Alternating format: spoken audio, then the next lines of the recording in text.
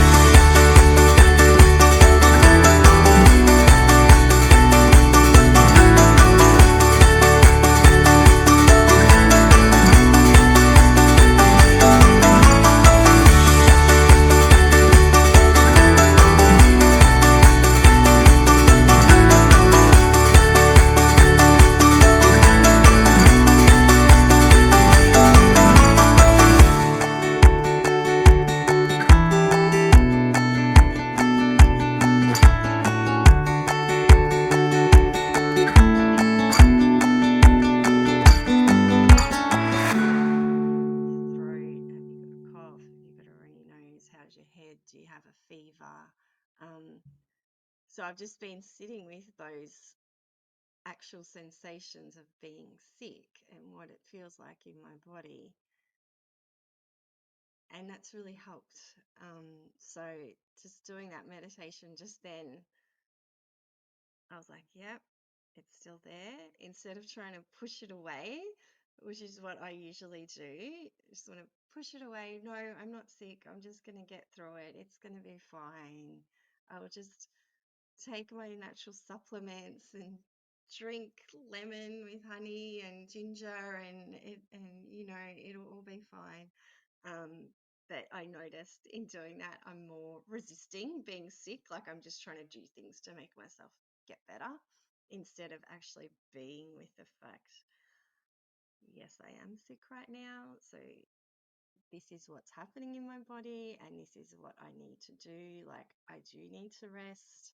I can do some things that, might need to be done, but the rest can be let go. It's just for 2 or 3 days or, a week at the most of just taking it a bit slower. Yeah, which is difficult, but it's a work in progress. Yeah, yeah. yeah, yeah. And it was funny actually because I just had a thought last night. I'm like, oh, being sick for me is kind of like when you're in those different stages with your kids and you feel like this is never going to end.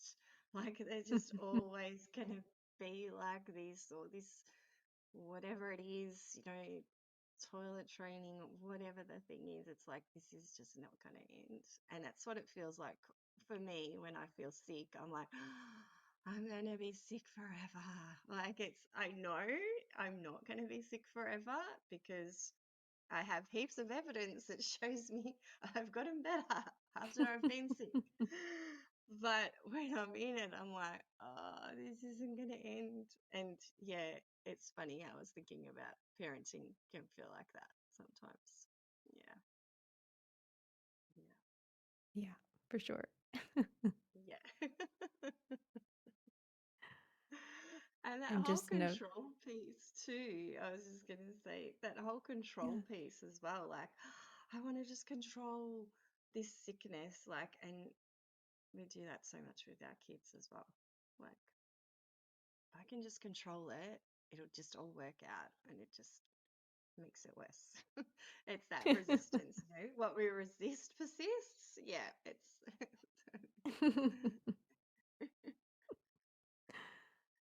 True for yeah, sickness too. yes, yes. I didn't make that connection. So I'm like, yeah, duh. Like that makes sense now. Yeah, but Yeah. it sounds like maybe there wouldn't, I don't know, it sounds because you were sick a lot last year. And so I'm just wondering if some of that is like carryover of like remembering that and like, oh, I don't want to be here again. And like, For yeah. sure. For sure. It's like, oh no, what if it means like this is like just the beginning instead of like this is just the first time I've been sick this year. It's fine. I can recover quickly. I will get through it. You know, and come out the other side. Yeah. But yeah, definitely that mind spiral of what if it's not? What if you keep getting worse? Or, you know, and yeah, Mm. yeah, which I am prone to doing, going into that worst case scenario situation. So it's always like a task for me. I have to be really, really aware to go, no, just come back, keep coming back. Um, yeah, which is where like my meditation practice helps me a lot because I'm like, okay, yes, come back to your breathing, come back to this present moment. This is what's happening. Don't go future, you know, forecasting, spiraling out of control. Yeah, yeah, because I can do that so easily. It comes really naturally to me. So it's to interrupt that.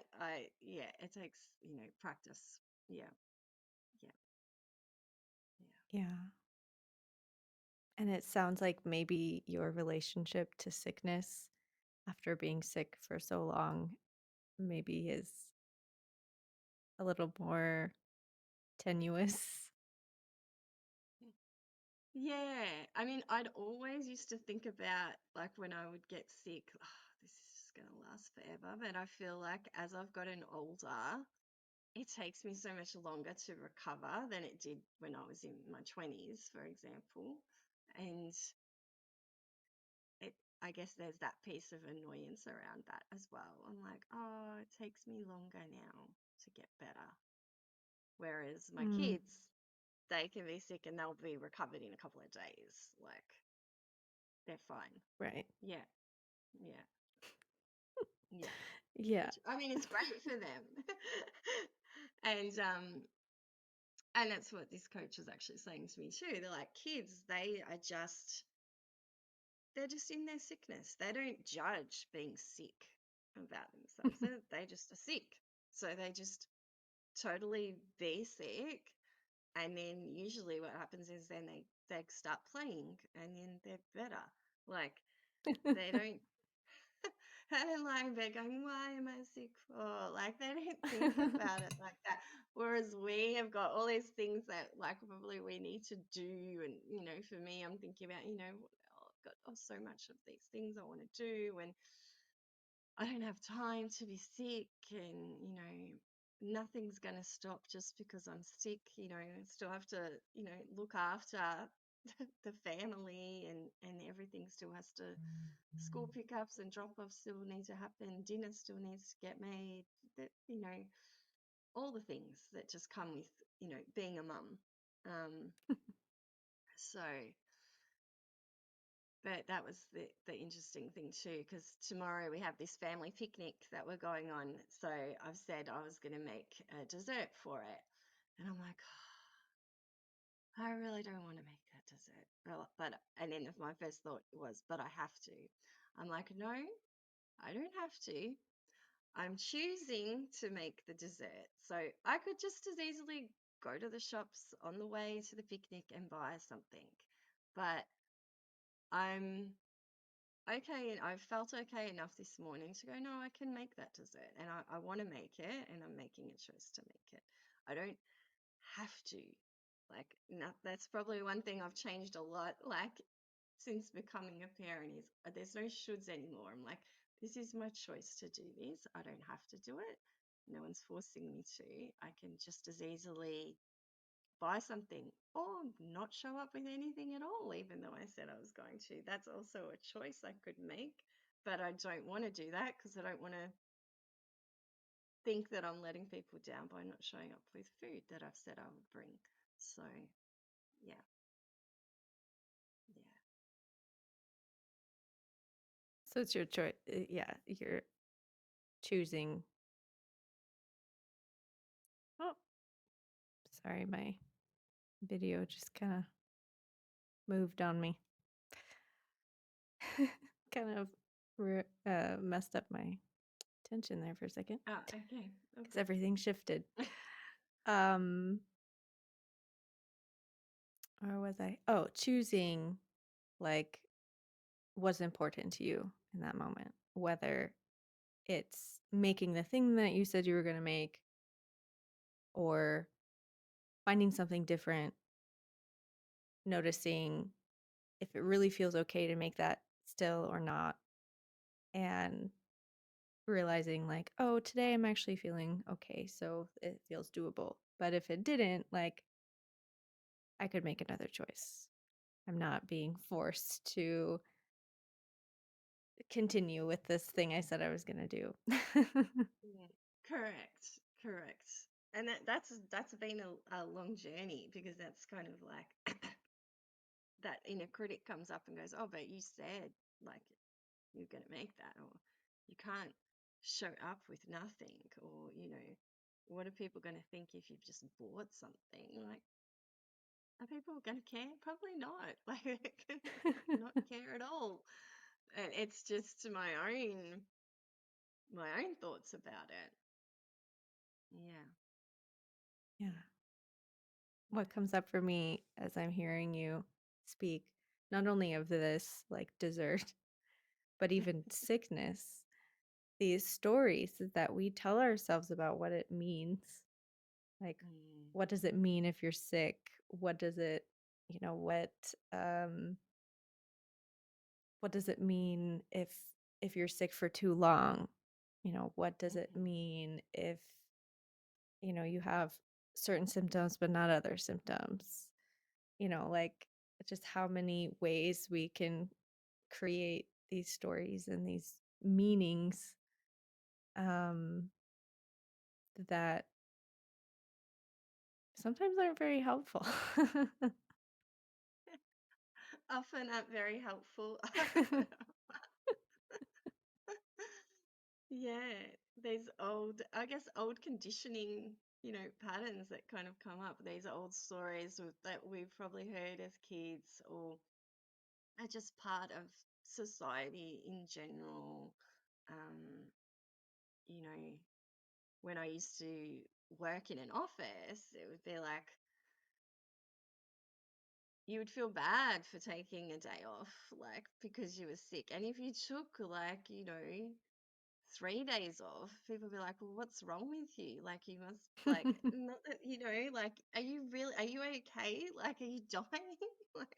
like, no, I just have a cold, but I'm not recovered yet. And I don't feel I can come into the office like that. But that was what I like, was able to progress towards, whereas other people would still come into the office even though they clearly should not have been there. So for whatever reason that they told themselves about their story about, well, I need to be here because I need to finish this work or whatever it was. Yeah, Yeah. yeah. Or like you said, these like societal pressures of what are Mm, people going to think of me, or what are they going to say yeah. about me, or um, this idea of like not being able to change your mind, you know? Hmm. Like, Hmm. oh, I um made this commitment and now it's like, okay, so if I don't follow through, then I'm letting these people down or they're going to think I'm unreliable. So then it comes back to like how we want to be seen or how we want to be known Mm. and like our identity, you know? Yeah, like our identity is in how other people see us instead of it being our identity is just how we see ourselves. But it's usually not that way. It's like, how does Right. everyone else perceive us is how we build our identity instead of this is who I am. And most people aren't like even like aware of that, let alone in touch with it. Yeah, yeah. It, it's something that I hope we're working towards as a society, but yeah, in spaces like these and in circle, it comes up more. So kind of able to access it a bit more, like, oh, this is who I am, not this is my identity is based on how these other people see me. Yeah, Right. yeah, which is Especially since hard. we can't control their perceptions of us. So it's like, That's it. like, Yeah. That's it. We could do something that we think is amazing, and someone else could think that it's totally not, and they could like, yeah. So it doesn't really matter what we do. Someone else is going to have an opinion about it, positive or negative, like that has nothing to do with us. Yeah, yeah. You get enough yeah, people, you're going to get both. And you just, yeah. you can't That's win. it. That's it. Because it's like, well, some people are gonna like that and really resonate with it and agree with what you're saying for want of a better word, and other people are gonna be like, that's not right. Like I totally disagree. Like yeah. Yeah. And both are true for them. Like yeah, it's that saying like what other people think about you is none of your business. Like it's they have their own opinions and that's their opinion, not it. At the end of the day, really, it doesn't have anything to do with you and everything to do with them. But that's not what we've been taught to think. We've been taught to think other people's opinion of you really matters. Like that's actually the most important thing. So do that at all costs of, sacrifice yourself at all costs for what other people think of you. Um, which is where I think we've got totally messed up in our society because we don't we're so what's the word, we're so cut off from how we want to be or who we are because we're so used to thinking about, oh, I need to do this because of this, or I should do this, or this is what's expected of me, that we don't even stop to think of, is this actually what I want? Is this actually what I believe in? Um, then Right. we just like follow blindly. Well, such and such said that. I'm like, okay, but does that mean it's true? Like, what do you actually think about it though? Are you agreeing because you believe it, or are you agreeing because everyone around you also is agreeing with it? Like, yeah, Yeah.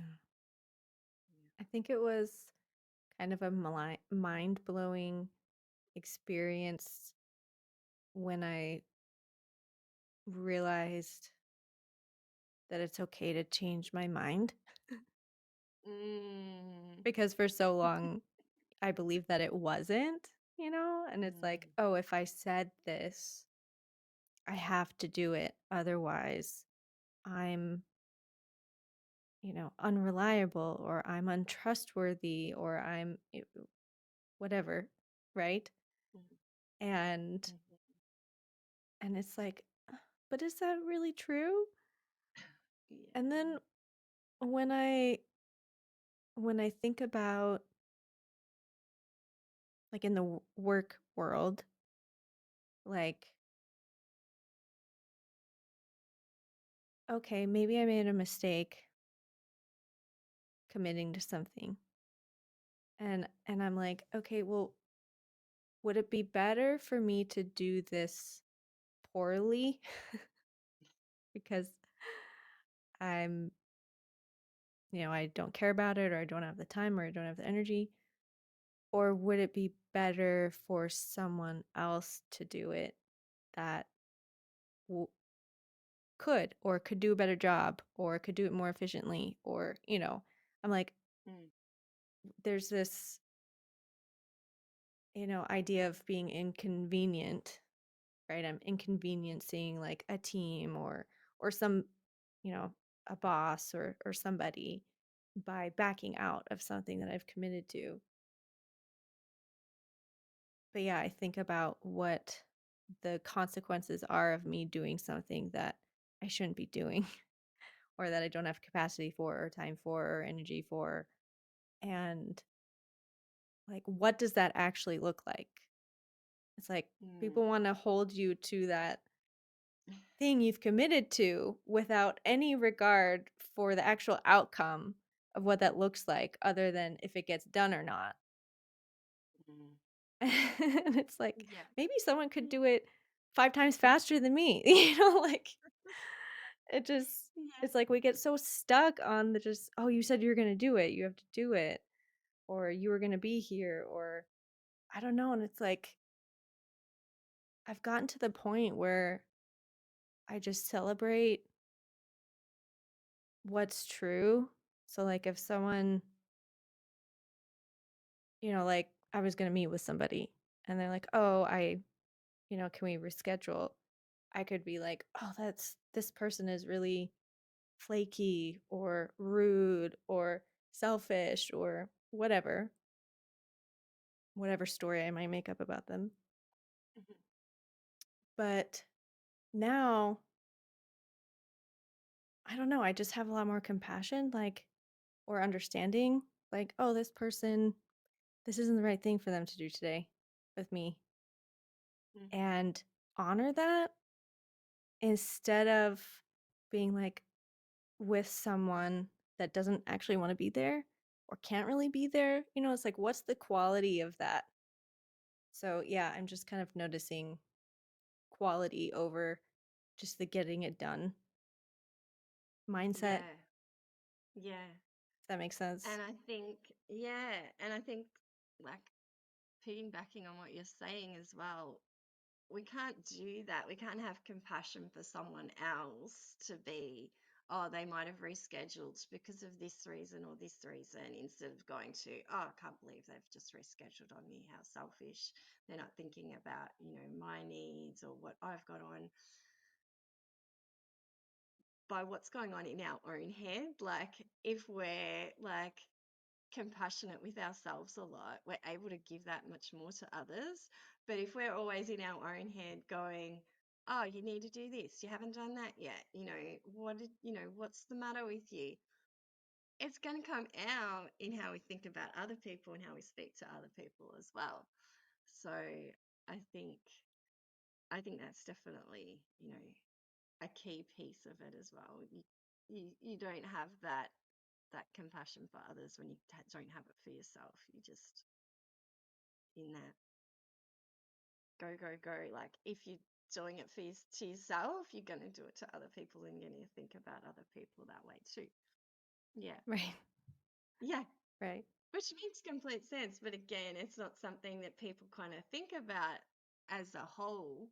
To think, well, if you're going to be like really mean to yourself, you're probably going to think meanly about others as well. Just Right. makes sense. Yeah. Right. Yeah. Yeah. Yeah. The changing your mind thing, I think, is a big one too, because I think it's even can be changing your mind about certain beliefs that you might have as well that maybe you've had for a long time. Like, I know definitely when I became a mum and then I started doing this work, like working with parents, you're exposed to so many different types of people who have, maybe completely different beliefs than you, or, so you start to hear things and you're like, oh, well, I know this person. Like, I know that this person, like, I know them on a personal level, and they have this belief. Now, I know this person's not a bad person, so maybe there's something in what they are sharing. Maybe there's something behind that. And so you kind of open yourself up more to different ways of thinking about things. And, it's, which I think is a beautiful thing. Like, yeah. So but again, it's like you're changing your mind about something, which again is not something, we keep coming back to this whole society thing. It's not something that's really encouraged a lot. But I think it can be actually a really good thing. I think people who never change their mind about things and always, have exactly the same beliefs about things that they did 10, 20, 30 years ago without any kind of bandwidth to be open to something else is not a good thing. Yeah. Yeah. Exactly. Just sitting with yeah, not being able to change and just I don't think we are meant to stay the same forever. Yeah. I definitely agree. I mean, yeah, for me, it feels like life is about, growth and self-discovery, and it's not about staying the same. And, you know, being a parent has definitely taught me that. It's like, you know, I'm not sure how you can become a parent and not do your own like personal growth and self-discovery, because you know it's just part of it for me, and it's I don't want to use the word better, but you're evolving, I guess, into something um, different to how you were before, um, and I think Yeah. you know that is how you kind of we change how things are. We change the world in little ways by changing what's happening in our own families. It causes ripple effects out to the rest of the world. That's what Yeah. I believe. Um, yeah. I was just talking to a mom today that I met at the park and yeah, like how much potential for growth, change, evolution, whatever, from being a parent if you Yeah. are open to that. Mm, It's just like limitless, unlimited potential um, that unfortunately not, I don't think everyone sees. Um, mm, Again, not to make that like a bad thing. Um, but yeah, just like having this consciousness, I think, um, that there's so much available. yes. Yeah. Yeah. I think it's a great opportunity to heal um, from your past as well. That I don't definitely for me personally, I don't think I'd be able to do without having children, because kids bring up so much stuff. They bring up all of your stuff. They're, they're all those trigger points, things that you can probably, with other adults in your life, not be so triggered by because you realize you're in an adult relationship and you can't just totally lose it at other adults. Even though you might get like angry inside, and then you might go, home, if you've had a bad day at work or whatever, you might go home to your partner and complain. It's not the same thing as when it's, your own children, probably because they are actually your own children, and they're, um, you feel much more of that connection with them than just people that are friends, or, yeah, yeah, yeah. Yeah. Our kids are like mirrors, Hmm. like this just happened the other day. I forget what it was. Um, my kids were saying something like all the time. And I was like, why do you keep saying that? Like, where's this coming from? Where are you getting this? I can't remember what the words are, but then I was editing a podcast episode, and I don't know how many times I edited out that phrase that I said in that episode. And I was like, it's me. It's me. That's where they got it from. Yeah. I And it was can't probably count. something that was really annoying you as well, and that's why that's what you say. Yeah. Yeah. And Oh that's my happened so God. many times. I'm just like, or noticing behaviors in myself that I'm working on because I'm like, oh, I really don't want to show up this way. Mm. And then I start seeing my kids do it, and then it's like Oh, really stings, right? Because I'm like, oh, they got that from me. yes. Oh, that's the No. most thing.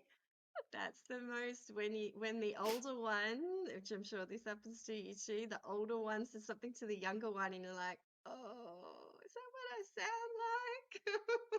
Because you can hear, and it's delivered in the exact same tone, in the exact same way, and you're like, oh, that's, yeah, it just, it cuts you really deep inside, like, oh no, that's what I sound like. Like, yeah, yeah.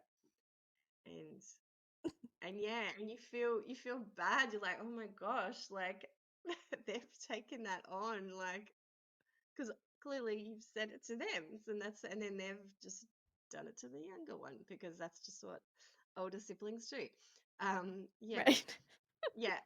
I could say that being the older sibling. So yeah, um, yeah. So it's, yeah, yeah. It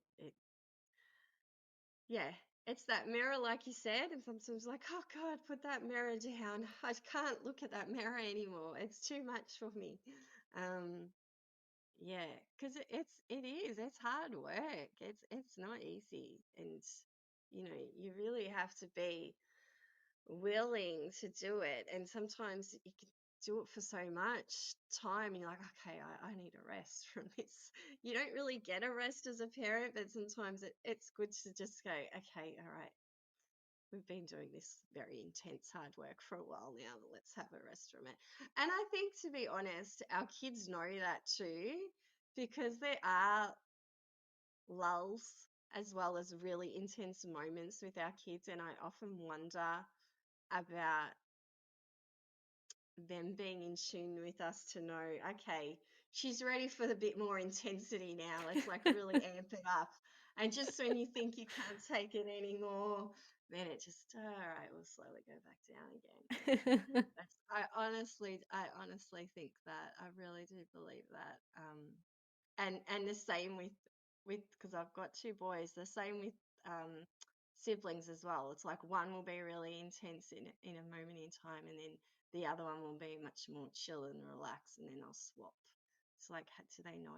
Like, are they doing this on purpose? Like, it's just, yeah, it's it's very, very rare that they're both super intense at the same time. Like I'm talking about Mm. for a long stretch of time, not for just like a moment in time, but for like, yeah, weeks or days.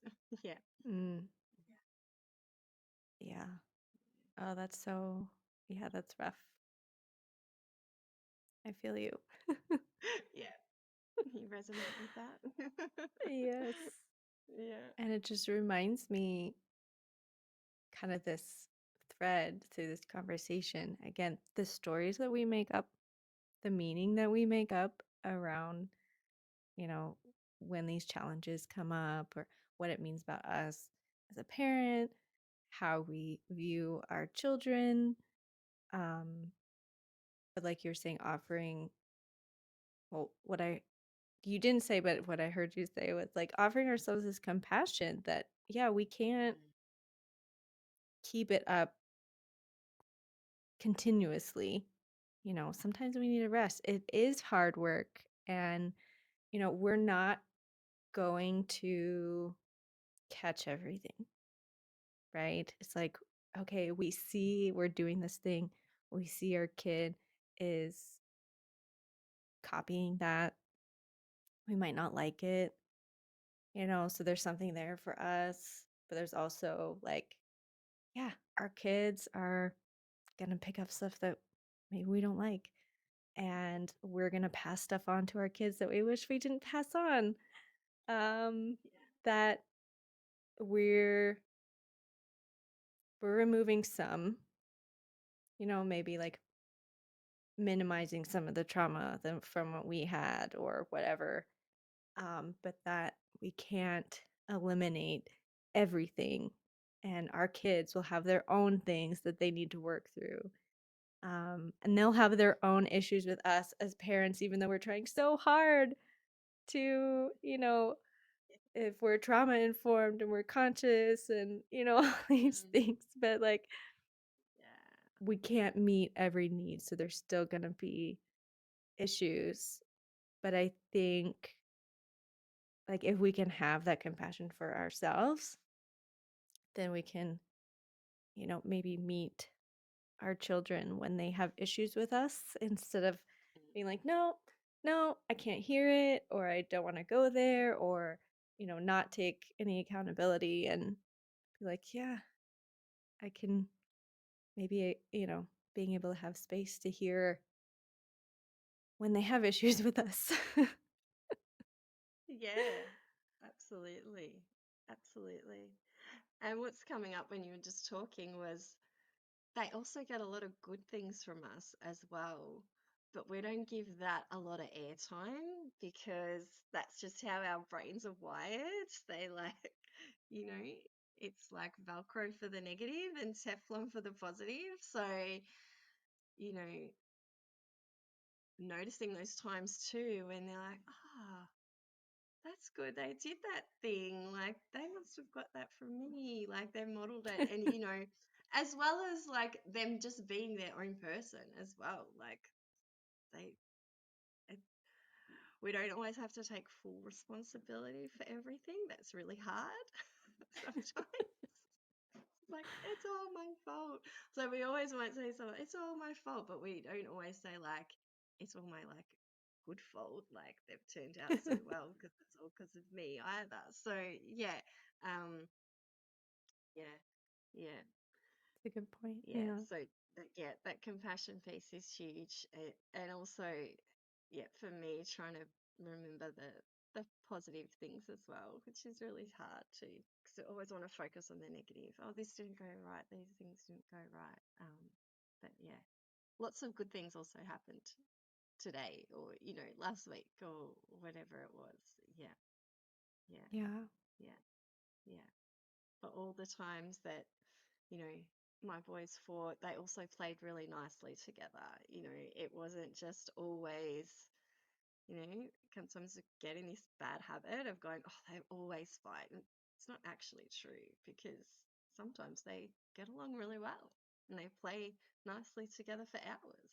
So, yeah, yeah, Yeah, we just notice when they don't. correct. Because again, that is just how, and that's where that compassion comes into, I guess, because it's like when we know that's how our brains are. They're naturally wired to be like that. It's just for pure survival. We can go, okay, yeah, that's just my brain doing what it does. Just trying to keep everyone safe here by, making sure that nothing bad's happening so that we can all be safe and alive. But yeah, yeah, yeah. Yeah, That's been helpful to remember as well. Like, nothing's gone wrong. It's just how it is. Yeah. that brings me back to how we started when you're talking about being sick. And I'm wondering if we can apply some of that same compassion. Like, I heard you saying how, oh, but, you know, it's kind of inconvenient for me to be sick because I have all these Mm, things to do, or, I mm, still have to take care of everyone. And, um, wondering if it's, what is the benefit in it for us? Like we often see sickness as only a negative thing, and it's a negative effect, the negative effects on us and how it's inconveniencing us. But I'm curious, because you mentioned, kind of having to rest or something, but it also mm, sounds like things can be really busy. So is mm. that, are there also benefits? Yeah, I think um, the benefits of being sick is being able to slow down. If for me personally, if I like yesterday, I had a nap. I don't have naps, so I'm like, what I'll do is I'll just read for a bit during the day. Again, I usually read at nighttime, so I'm like, I'll just read my book for a bit and then I'll just lie down and just close my eyes. I'm sure I won't fall asleep, but I did fall asleep. So it's, you know, and not feeling guilty about that as well. Like being like, it's okay, that's just what's happened. I clearly my body needed to fall asleep. Otherwise, I wouldn't have. I would have just lay there. So, um, I guess yeah, it's tuning into my body more and like okay, this is what's going on. So this is actually when I can tune into it, then I know this is what I need um, to do. Yeah. So for sure. Even though it's still hard, just like I was talking about with kids, like it's like it's just, none of this is easy. Like, and and again, coming back to that compassion piece, and it is so I can put my hands on my heart and go, and it's gonna be okay. It's gonna, we're gonna get through this part. Yeah, yeah, yeah. Thank you Yeah, for I bringing that back see. to. I you can't see my hands because the mic is, um, but hands on your heart, and um, it seemed like, from what I saw anyway, that when you did that, even in that moment, as you're talking about it, it just seemed like maybe you received some more of that compassion. Mm, Like I was just watching your body, yeah. and you're like, yeah, I can do this. But like when you did it, it just seemed like, like your face was just kind of like receiving it. Thank you. Thank you for noticing that.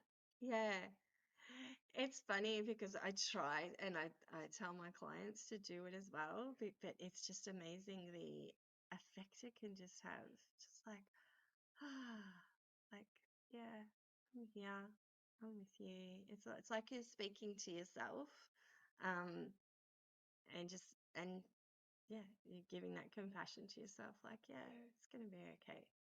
Like, yeah, Yeah.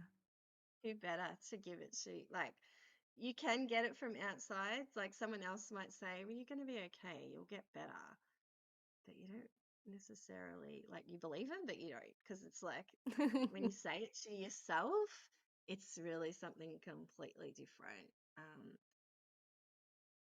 Right. Because you don't lie to yourself usually.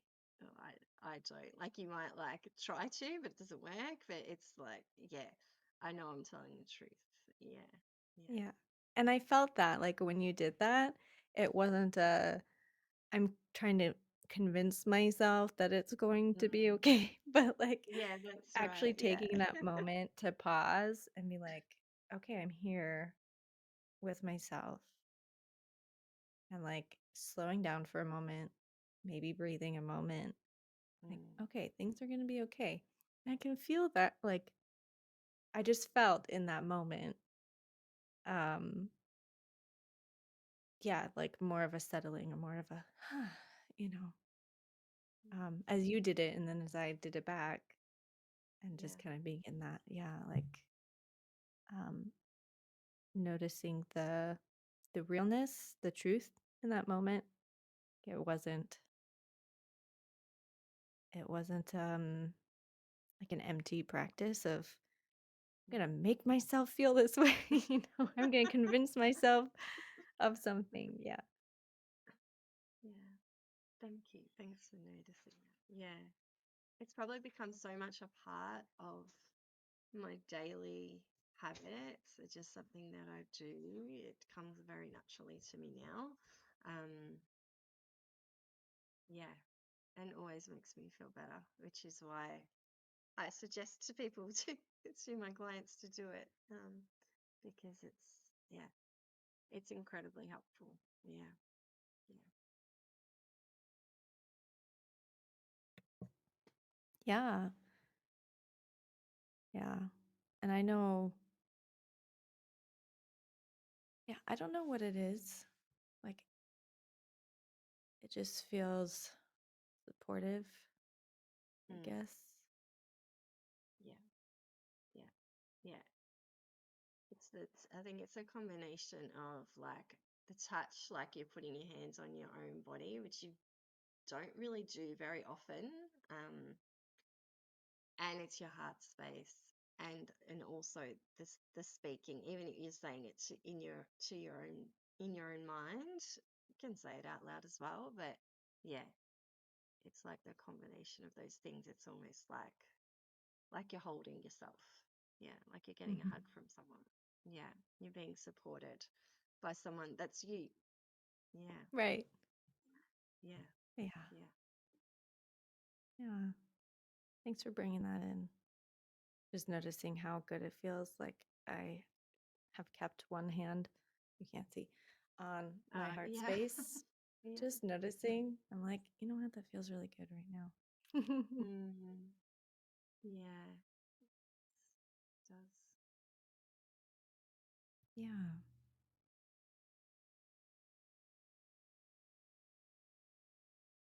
Just taking a moment to feel it. Yeah. Like I wasn't quite ready to leave that Hmm. state I of know being. once you do it, you're like, oh, I'll just stay here for longer. Yeah, yeah. I totally get it. Yep. Yeah. So I know we started with you um talking about, being sick and how that um has been for you, especially with having been sick a lot at the end of last year. And then we've moved into some other areas, especially parenting or changing our mind. Hmm. And I'm curious if there's anything else that has come up for you. I just think it's the supportiveness of spaces like this. You don't get a chance often to speak so openly, and the spaciousness of time as well to just kind of go into where all of these other like levels of conversation take you. So yeah, and just having that reflection, it's a very, very supportive and spacious, like I said, to just be able to flow through and feel like we've kind of come back full circle, like we've kind of naturally come to the end. Yeah. Or, for now, I should say. Yeah. Yeah. Yeah. Yeah. Like a completion of that. Yeah. Yeah. Thank you. Thank you for the Well, opportunity. I'm so grateful that you're here, that you're willing to share that. I know it's kind of can be nerve-wracking because it's not a set topic and exactly knowing what's going to come up or what you're going to say and um yeah, and so just taking this journey with me. Yeah. Thank you. I knew I would be coming into a very supportive space because we have worked together for the past, what is it, 3.5 years or something like that. It's been a long time, and we've been in circles before as well. So yeah, but yeah, I appreciate you having me on your podcast.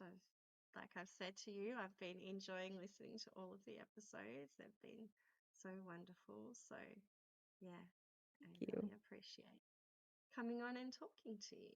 Yeah, Yeah. And I really appreciate you coming and sharing yourself. That's um I mean, you have a lot of experience with that, but not everyone does. So mm, I still think it's a courageous thing to do. And yeah, so I'm just holding a lot of gratitude and appreciation for your willingness and openness um, to share yourself. thank you. And right back at you as well. Yeah. Mm. So I guess I just want to ask in since we have kind of come full circle, um, being near the end, what what either stood out to you or what are you taking with you from this conversation? Mm. Yeah, I think I'm really taking away that piece, and even though I know it, it always strikes me as like so important, that compassion for yourself piece, and just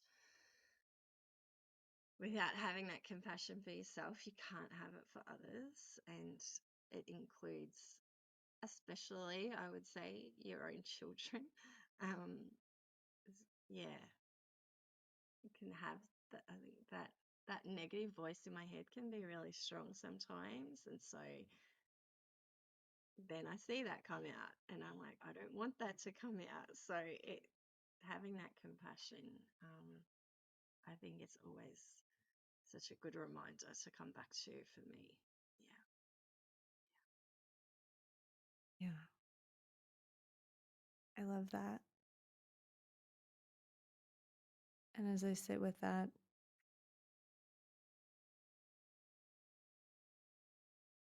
yeah, I think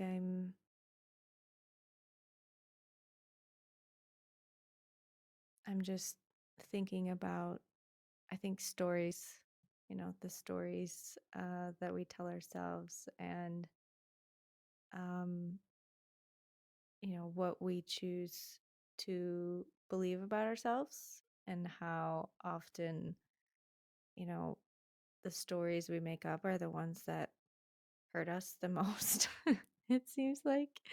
Or, if we Yeah. take things personally that aren't personal, how much that hurts us. But when we can have that compassion instead, um, which has taken me, a lot of practice, learning, receiving, even, um, especially receiving, learning to receive that. Mm. Mm. um, yeah,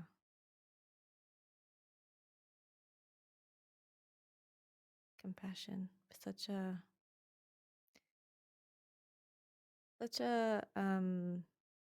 powerful force for change,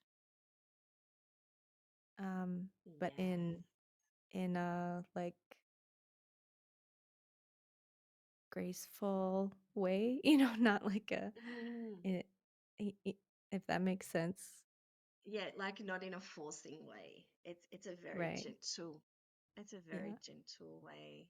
Yeah, but so incredibly powerful at the same time. Yeah, it's like you're saying, it's not forceful, but it's powerful and it's gentle. And yeah, yeah. Yeah. And I think for a long time I didn't understand actually what compassion was. I think Mm. I think it took maybe someone being compassionate to me for me to be compassionate with myself at first, because I don't think I knew what it was. And for a while, I had like compassion and pity kind of tangled up. And so, yeah, it's been a big learning curve. But I find that when I get to that place where I'm with me, but also able to see someone else and differentiate us, you know, so that I'm not taking things personally, so that I can actually have compassion for someone else. Um, yeah, I think you were kind of saying something similar before, but yeah, how, um, yeah, otherwise our own stuff gets in the way and we instead can be judgmental or um, critical. Yeah, Yeah. and resentful, I think as well. Hmm. Yeah, yeah. And it is something that unfortunately, if for me, yeah, like it's something I had to learn that compassion piece, like to learn how to be compassionate with myself. And it's learning and it's still learning. It doesn't Right. like just come. It's like I said before, like it's a practice. The more you do it, the more it becomes more, ingrained. But it certainly doesn't come naturally. It's something that I have to practice every day. It's like that analogy of lifting weights at the gym. It's like can't just look at the weight. You have to actually lift it to get the muscles. Can't just talk about lifting weights. You actually need to do it for it to work. So Right. And more than yeah, once. yeah. It's And not a unfortunately, you one can't and just do done. it once and then go, "Oh, I've got muscles forever." No, to keep doing it and keep going. Yeah, yeah, and yeah, and that's where the work lies. But the benefits that you get from it make it so worthwhile to even, you know, okay, I keep going. Today maybe I messed up, but it's okay. do it again in the next hour. Like, it doesn't have to, don't even have to wait till tomorrow. You don't have to write off the whole day just because something happened. You can still give compassion to yourself anytime. Like, you just yelled at your kids, it's okay. You can give yourself compassion then, even if it's the end of the night. Like, it's fine. Give yourself compassion before you go to bed. We all mess up. We all make mistakes. It's when we think no one else ever does this that's when we kind of get ourselves into trouble, I think. And that's definitely the key piece, I think, around compassion. It's like, it's okay. Yeah, Yeah. you made a mistake. You're not a bad person. It just happened. Yeah. Can start again. Right. Yeah. Yeah. Yeah.